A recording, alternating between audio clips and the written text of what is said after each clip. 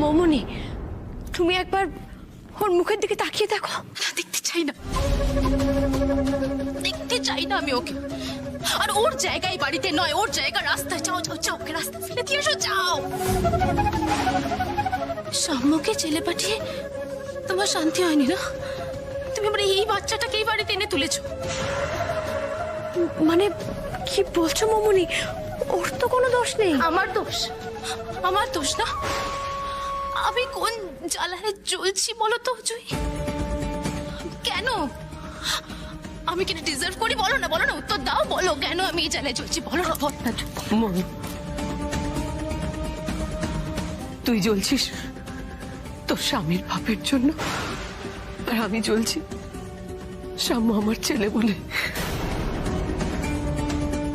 মৌমনি, আমার শুধু একটাই কথা, তুমি তোমার রাগ এই বাচ্চাটার উপর দেখিও না, দোহাই তোমার। তুমি এখন যতই সততার প্রতীক সাজো না কেন, আমার মন গলবে না জুই। এই বাচ্চা এ বাড়িতে থাকবে না, ব্যাস।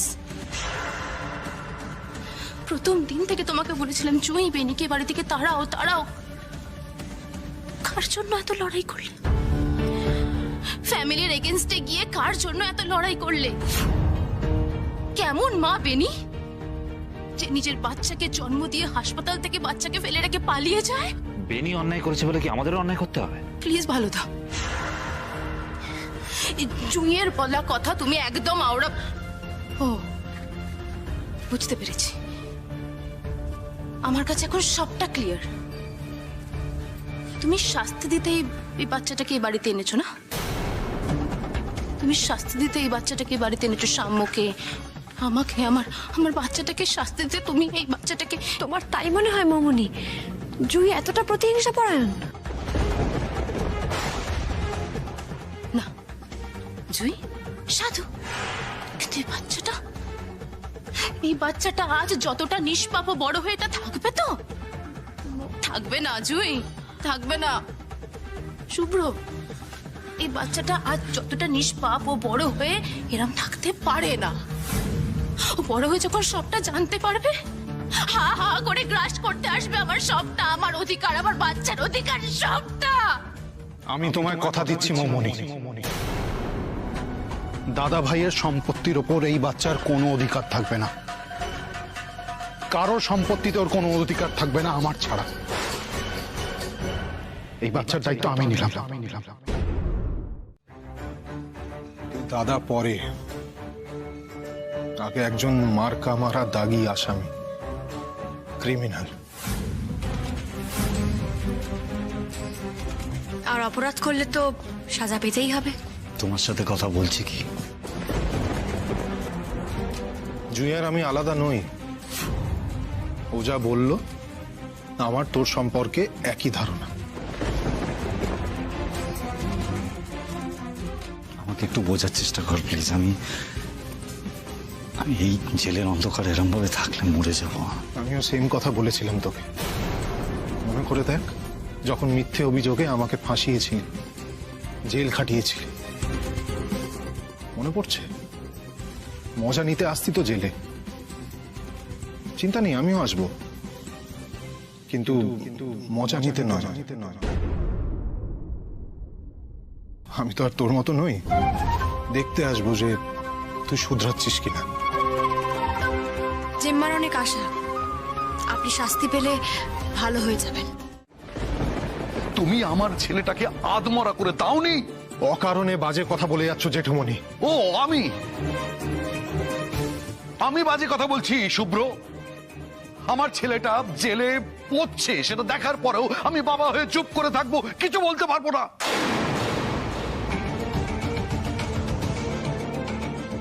হ্যাঁ, মানছি যে সাম্যই দোষী। খুশি? এটাই শুনতে চেয়েছিলি তো? কিন্তু শুভ্র, হাতের 5টা আঙুল কিন্তু কোনোদিনও সমান হয় না। আমরা পরিবারের সবাই দোয়া তুলসী পাতা, কেউ কোনো দোষ করেনি কোনোদিন। আর জুই, তুমি বলো তো, পরিবারের কেউ যদি অন্যায় করে, সংসারের কেউ যদি দোষ করে, তাকে তাকে পরিবারের মধ্যে রেখে শাস্তি দেয়া যেত না, শোধরানোর একটা সুযোগ দেয়া যেত না? একটা সুযোগ জেঠুমণি, দাদামণিকে বারবার সুযোগ দেওয়া হয়েছিল। আরো একবার সুযোগ দিলে কি অন্যায় হতো? তুমি তুমি আমার কথা কখনো ভেবেছো? আচ্ছা আমার কথা ছেড়ে দাও, তোমার জেম্মা কিভাবে গুমড়ে গুমড়ে কাঁদছে ছেলেটার জন্য একবারও ভেবেছো? ভাবনি।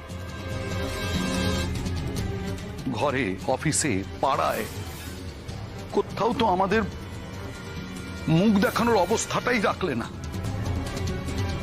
আর এই অবস্থার জন্য একমাত্র দায়ী কিন্তু তুমি, জয়ী। কি জোর হাওয়া দিচ্ছে, কাল বৈশাখী এলো নাকি?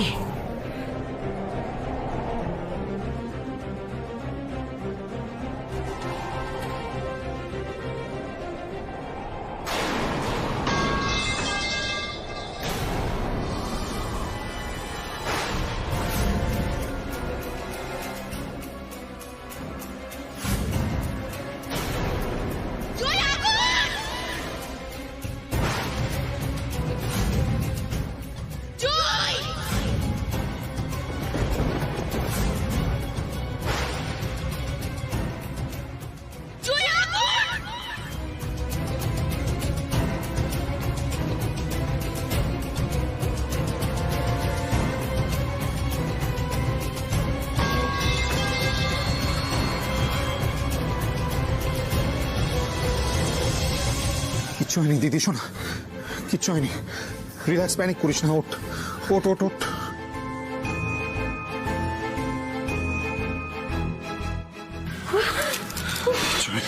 আমি ভয় পেয়ে গিয়েছিলাম রে। সরি দিদি শোনা, আমি বুঝতে পারিনি। তোর কি দোষ? আচমকা অমন জোরে হাওয়া এলো বলি না। তাই না তাই, তবু যে মা, অনেক বড় একটা অ্যাক্সিডেন্ট হয়ে যেতে পারতো। দেখলে জুই, দেখলে অলক্ষণে কাকে বলে? প্রমাণ হলো তো হাতে নাতে।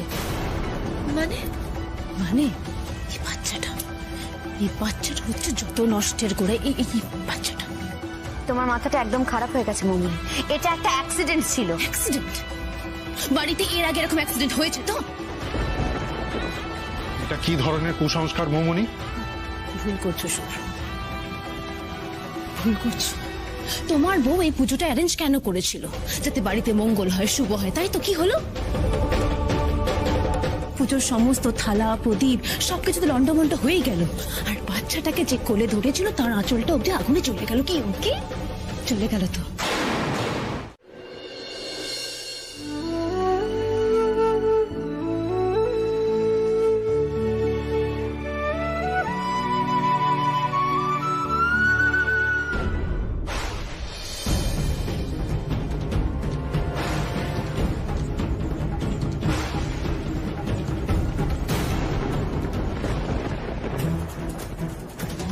কি হয়েছে জুই? এই জুই, আগুন লেগেছে, আগুন লেগেছে। এক্ষুনি ঠাকুর ঘরে যেতে হবে, সারা বাড়ি পুরো ছাই হয়ে যাবে। শান্ত হও, শান্ত। তুমি স্বপ্ন দেখছিলে, শান্ত হও।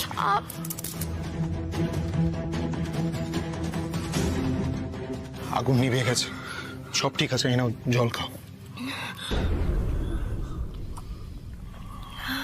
আর একটু ঘুমাবে?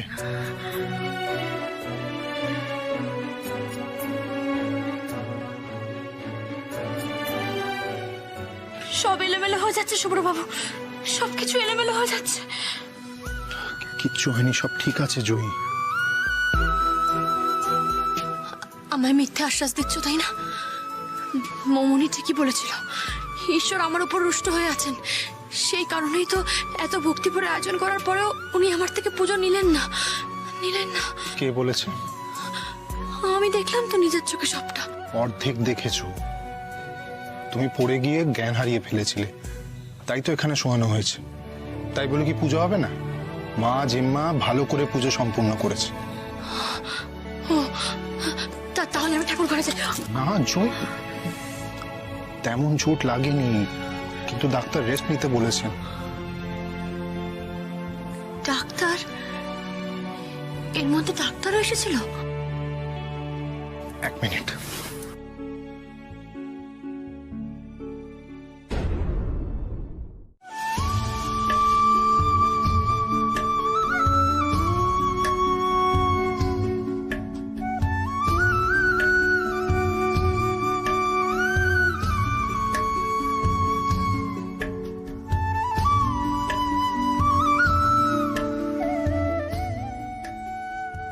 পুচকে কই?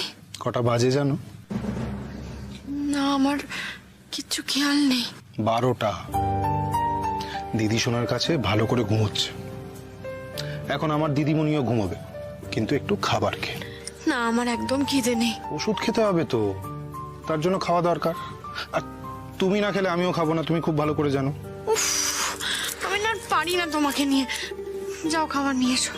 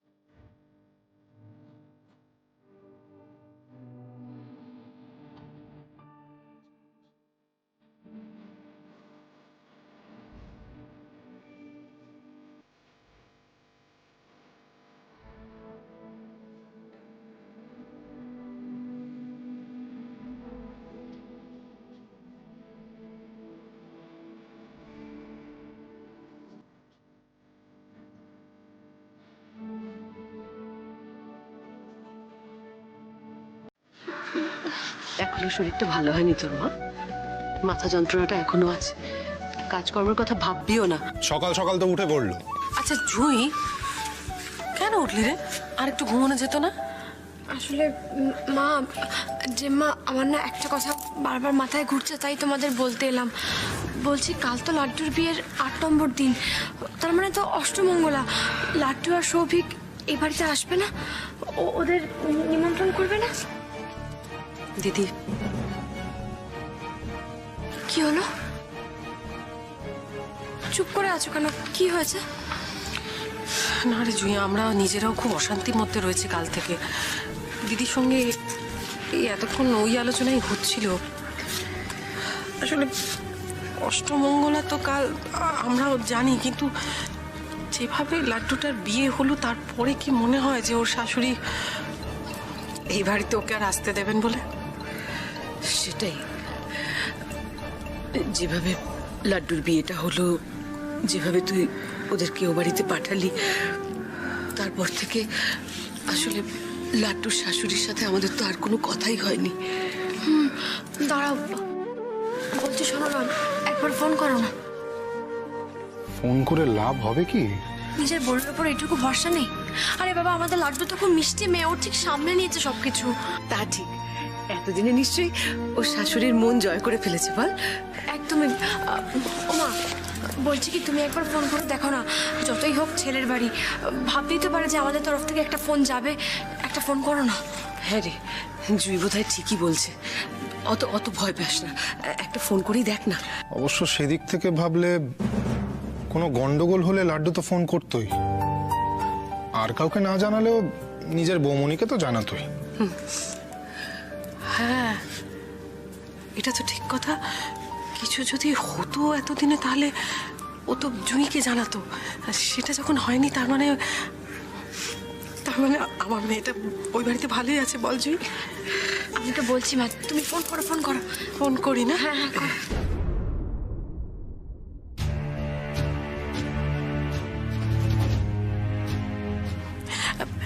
হ্যাঁ নমস্কার, আমি দিয়ার মানে অশ্মির মা বলছিলাম। ভালো আছেন?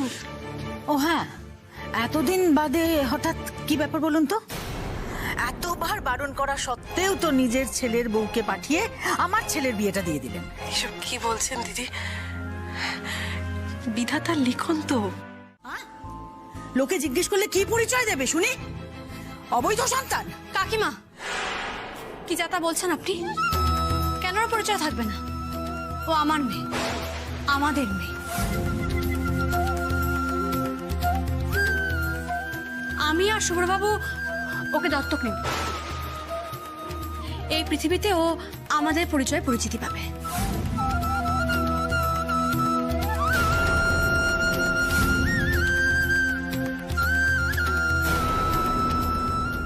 তোমাদের বাচ্চা? হ্যাঁ, আপনার মনে পরিচয় নিয়ে যে দ্বিধা ছিল সেটা নিশ্চয়ই কেটে গেছে এতক্ষণে। হ্যাঁ মানে কিন্তু কোনো কিন্তু নয় কাকিমা, আর কোনো কিন্তু নয়। কিন্তু সব ধোঁয়াশা কেটে গেছে। এবার নিশ্চয়ই লাট্টু আর সৌভিকের অষ্টমঙ্গলায় যাওয়া নিয়ে আপনার আর কোনো আপত্তি নেই? দেখুন, আমি আপনাকে বলছি, যত শিগগির সম্ভব ওই বাচ্চাটাকে দত্তক নেওয়ার কাজ আমরা সেরে ফেলব। এবার ছেলে আর ছেলের বউকে অষ্টমঙ্গলার নিয়মগুলো পালন করতে দিন হাসি মুখে। একটু তো হাসুন। আর দেখুন, আমি কিন্তু আপনাকেও নিমন্ত্রণ করে যাচ্ছি, আপনিও আসবেন। আসবেন না? না,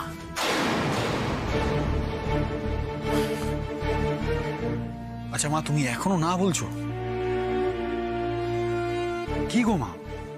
উফ, কেন আমাকে নিয়ে টানাটানি করছিস বলতো? হ্যাঁ, আরে বাবা, আমিও যদি চলে যাই বাড়িটা তো পুরো ফাঁকা হয়ে যাবে। তাই বলি কি, তোরা যা, আমার কোনো আপত্তি নেই। আমি আর তোদের যাওয়াতে কোনো বাধা দেব না, বুঝলি?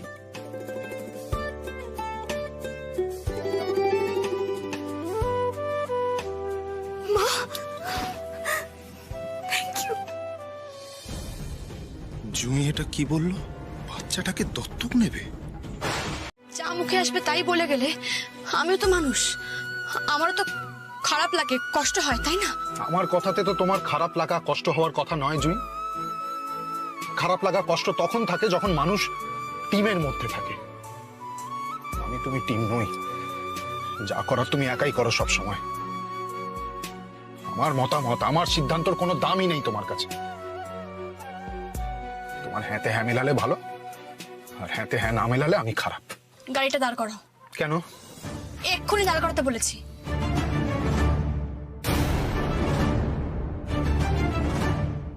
অনেকক্ষণ ধরে শুনছি সব কথা।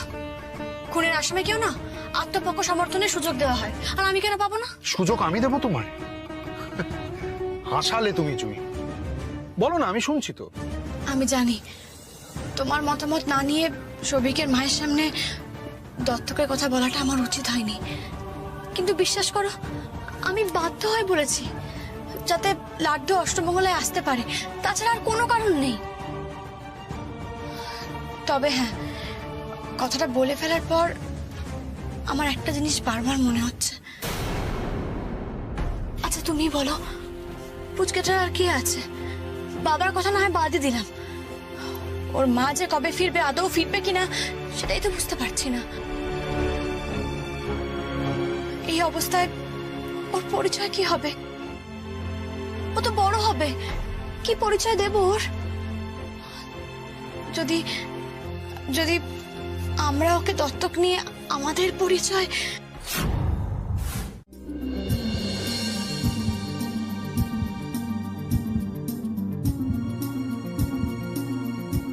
নিন, ওষুধটা খেয়ে নিন।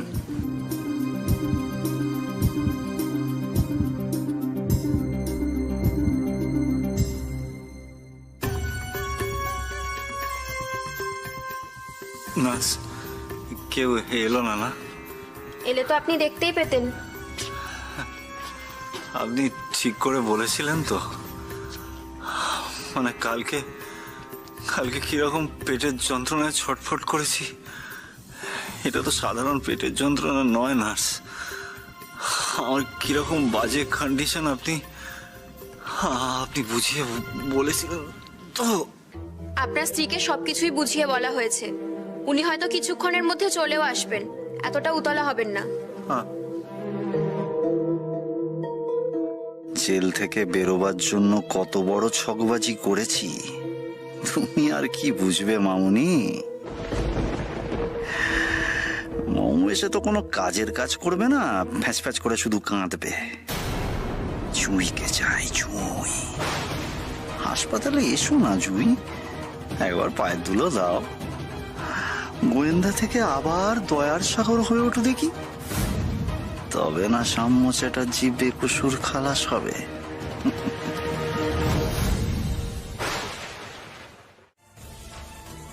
অভ্যেস খারাপ করাচ্ছ মুখ। তুমি তো সেই চলে যাবে, আবার তো সেই জেলেরই খাবার, আবার এই ফুড পয়জনিং মুখ। এই জেলে যদি আর বেশি দিন আমি থাকি না, আমি এমনি মরে যাব। আমি থাকতে পারছি না এখানে। তবে আমি ঠিক আছি জানো তো, যে কদিন বাঁচবো হাসি মুখে বাঁচবো। এই জেল থেকে তো আর জ্যান্ত বেরোতে পারবো না, বেরোলে আমার লাশ বেরোবে।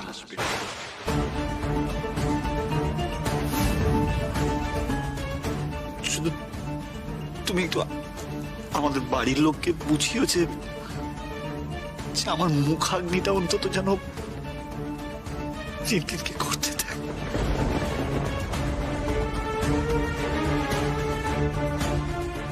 চুপ করো তুমি, চুপ করো। দরকার পড়ে আমি জুয়ের হাতে পায়ে ধরবো, হ্যাঁ, কিন্তু তোমাকে এখান থেকে আমি ফিরিয়ে নিয়ে যাবো। তোমাকে আমি কিছু হতে দেবো না, কিছু না। একটু একটু ভরসা রাখো না তোমার নিজের স্ত্রীর ওপর। ও সেই তো তোমাকে জুয়ের কাছে গিয়ে আমার জন্য ভিক্ষে করতে হবে, ওর হাতে পায়ে ধরতে হবে। ওস্তাদ একটু মুড়ি মাখা খাবে নাকি? ঝাল লঙ্কা এসেছিল পিন্টুর বাড়ি থেকে, তোমার তো আর ঝাল হেব্বি লাগে। আরে একটু চেখে। দাদা মাছ মাছ নাই, বলো না, চলপট বাবা। तेरे पर भरोसा करके गलत किया क्या? वो तो अस्पताल निकल गया, जाना इस नरक से कब निकलेगा? कब निकलेगा इस नरक से? जाना भाई यहाँ से चलो ना तू। আরে বেশি দিমাগ চেতো না, যাও এখান থেকে। হ্যাঁ তুই কর ভাই, শোন না, দেখো না একদম ঠিক আমি।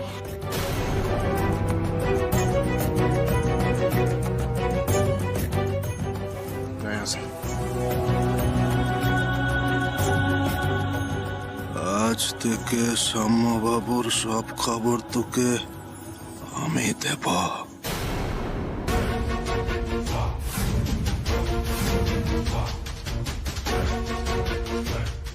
চোখ কান খোলা রাখবি। আমরা বিশ্বাস করছিলাম, কিন্তু এই যে বলছো না দাদা ভাই হাত জোর করে ক্ষমা চাইছে, মানে এইটা ঠিক হজম হচ্ছে না গো। শুভ্র,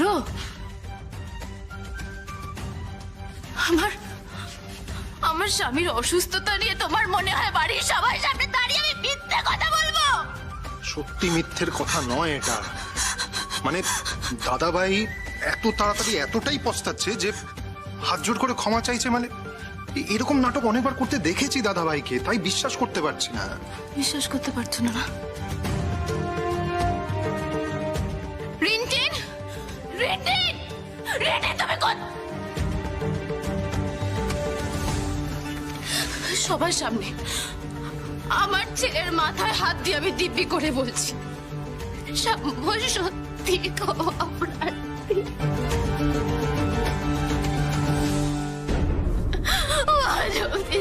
যা অন্যায় করেছে তার জন্য প্রত্যেকের পায়ে অব্দি পরে ক্ষমা চাইতে রাজি আছে। বিশ্বাস করো, আমি ওর মাথায় হাত দিয়ে কথা বলছি।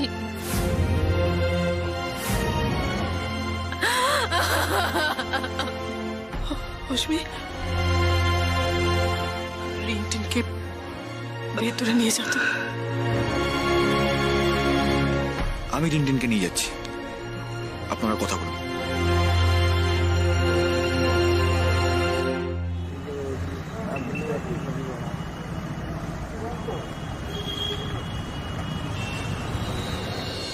আর অবিশ্বাস করলে এবার অধর্ম হবে শুভ্র। নিজের সন্তানের মাথা দিব্যি করে কি কোনো মা এত বড় মিথ্যে বলতে পারে?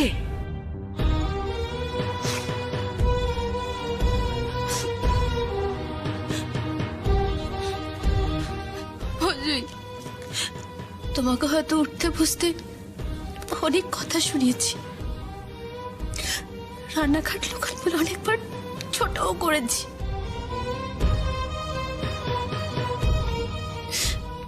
কিন্তু কিন্তু ভাগ্যের পরিহাস দেখো,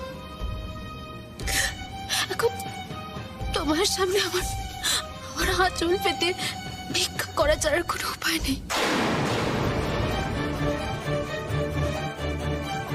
আমার শীতের সিঁদুর, আমার সাম্য, আমার স্বামীকে ফিরিয়ে আনো চাই। তুমি বলো না, তুমি বলো, রিন্টি না সাম্য ছাড়া আমার কে আছে? আমার শীতের সিঁদুরটুকু আর আমার ছেলেটুকু ছাড়া আমার কি আছে বলো? আমি হয়তো হাউ ক্যান আই ফরগেট? পারলে আমাকে একটু ক্ষমা করে দিও, আর কিছু না, জানো তো, মনটা একটু শান্তি পাবে। That's it. আরে কেমন আছো ভাই? দেখি মুখটা কি মিষ্টি লাগছে রে তোকে।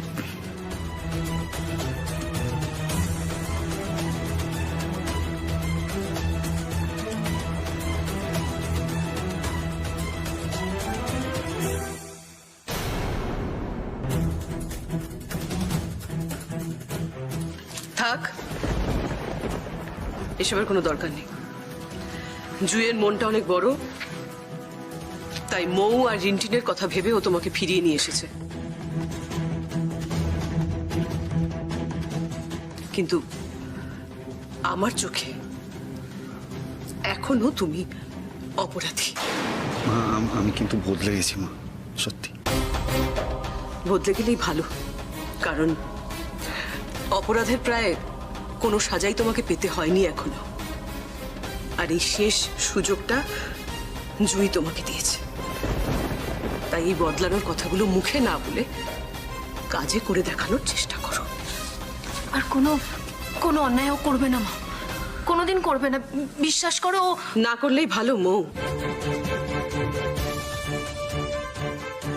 আর কোনো অন্যায় ও যদি করে, তাহলে আমি এবার নিজের হাতে ওকে শেষ করে দেব।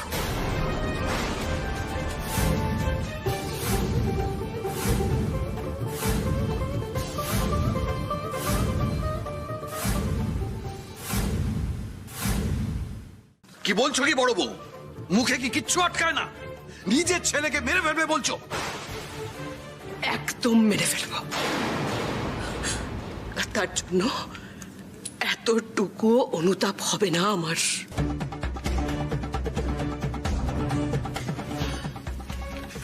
তাই আবারও বলছি, আমার এই কথাটা খুব ভালোভাবে মাথায় ঢুকিয়ে নিও তুমি।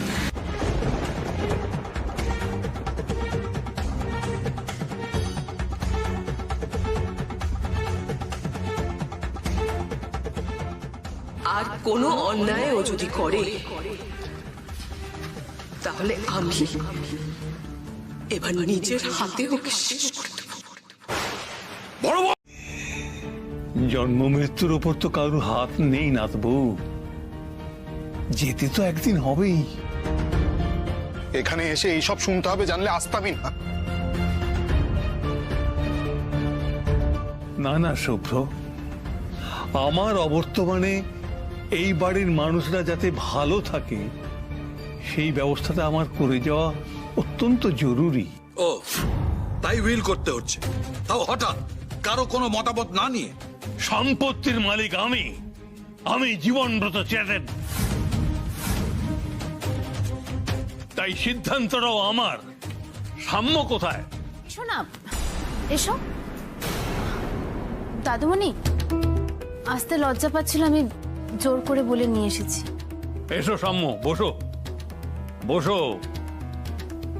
উইলটা শোনা তোমার খুবই জরুরি। কই শুরু করুন। হ্যাঁ হ্যাঁ, এই জীবনব্রত চ্যাটার্জির তার অবর্তমানে এই বাড়ি, ব্যবসা, স্থাবর অস্থাবর সমস্ত সম্পত্তি শুভ্র এবং জুঁইয়ের নামে করে যাচ্ছে।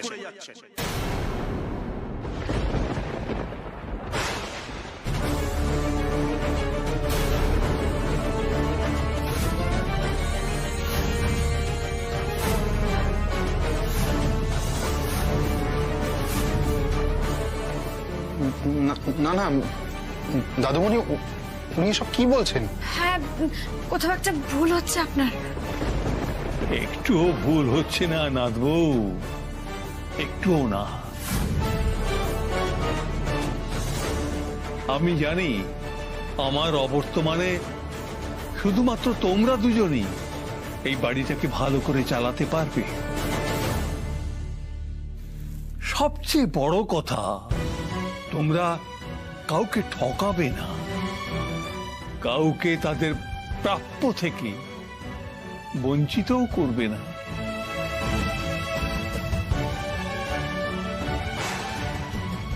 Ridiculous! Absolute nonsense!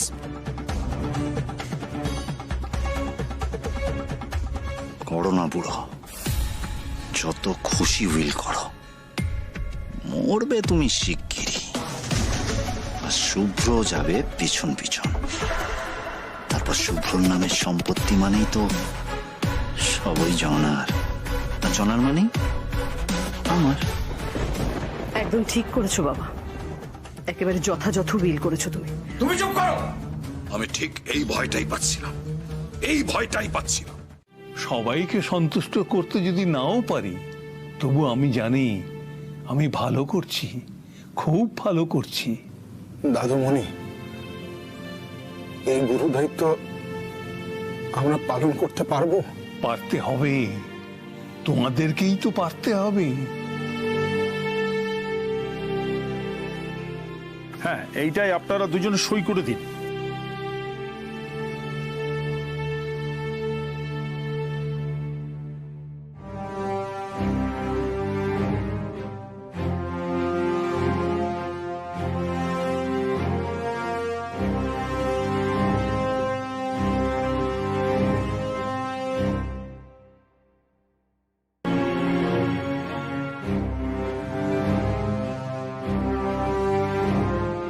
আবেগের বশে কাউকে কিছু দান করে বসো না যেন।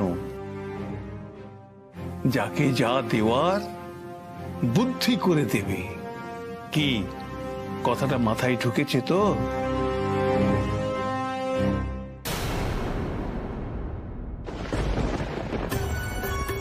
বলছে কি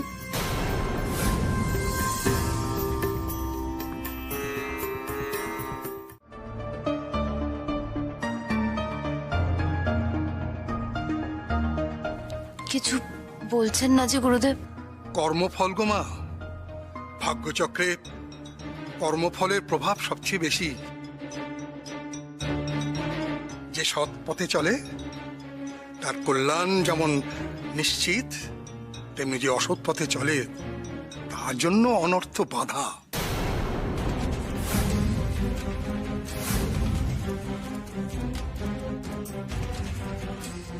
মানে আপনি কি সেরকম কোনো আশঙ্কা দেখতে পাচ্ছেন নাকি? আপনার কাছে তো কিছু লুকোনোর নেই গুরুদেব। মৌয়ের মূল চিন্তাটা হচ্ছে ওর স্বামী, মানে আমার বড় ছেলেকে নিয়ে। কিন্তু এখন পুরোপুরি বদলে গেছে। তার মানে আগে অসৎ পথে ছিল, তাই তো? হ্যাঁ গুরুদেব, অন্যায় পর অন্যায় করে গেছে। ও এখন সব লোভ ত্যাগ করেছে। এই তো এত বড় বাড়ির সম্পত্তির কানাকড়িও পায়নি, তবু এক ফোঁটা রাগ করলো না। আমি তো অবাক। বিশ্বাস করুন, ও এখন একদম বদলে গেছে। নিজের পায়ে দাঁড়ানোর চেষ্টা করছে। এই তো এখন বেরিয়েছে চাকরির খোঁজ করতে।